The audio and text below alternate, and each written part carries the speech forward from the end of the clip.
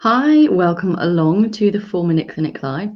I am Dr. Marianne Trent, and this is your daily prescription for better mental health.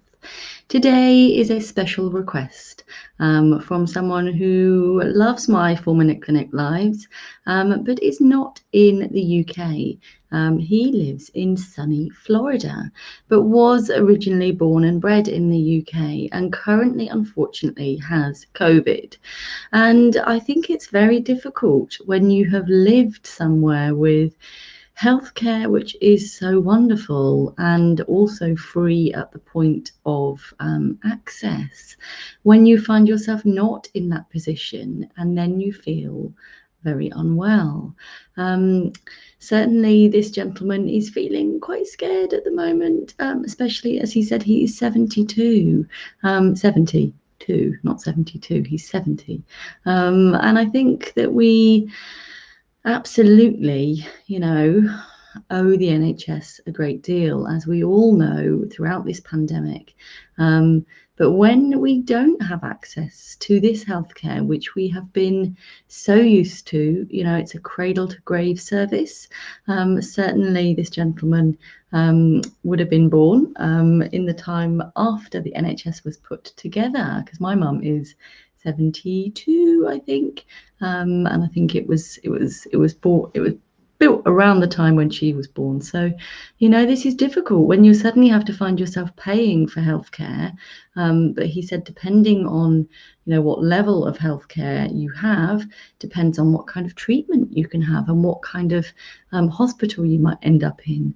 But of course, what the NHS does so well for us is to know that it's there when we need it. So all of us, unfortunately, I know Sarah Harding had felt like she didn't want to, bother the NHS with what was going on with her, but she absolutely felt like that had contributed to her not having a good outcome, and she died at the age of 39, which I am just so sorry about, having recently turned 40 myself. It's a real privilege actually to pass each year. And when we feel like we can't access the medical care that we need, it can leave us feeling very scared. Absolutely. We are anxious creatures as humans. We are this way because our ancestors were anxious, because the ones who survived were the ones who huddled up in caves, kept warm and worried about going out at night where there were tigers and bears.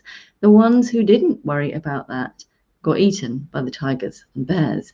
And so this is why we are anxious creatures, why we are capable of experiencing anxiety, even things that might not feel like they're that likely.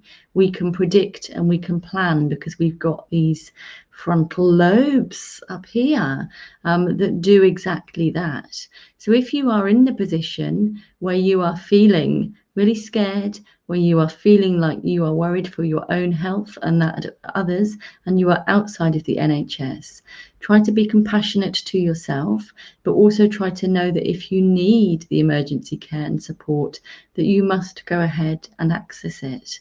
It is a very difficult position, and it's hard for me to really appreciate what that would be like, having only ever accessed healthcare in the UK. But if anyone else has got any advice for anyone living in the States who might be feeling scared and might be thinking that their health policy is inadequate or not going to be enough for their needs, please do comment. And I will get those comments across to that gentleman.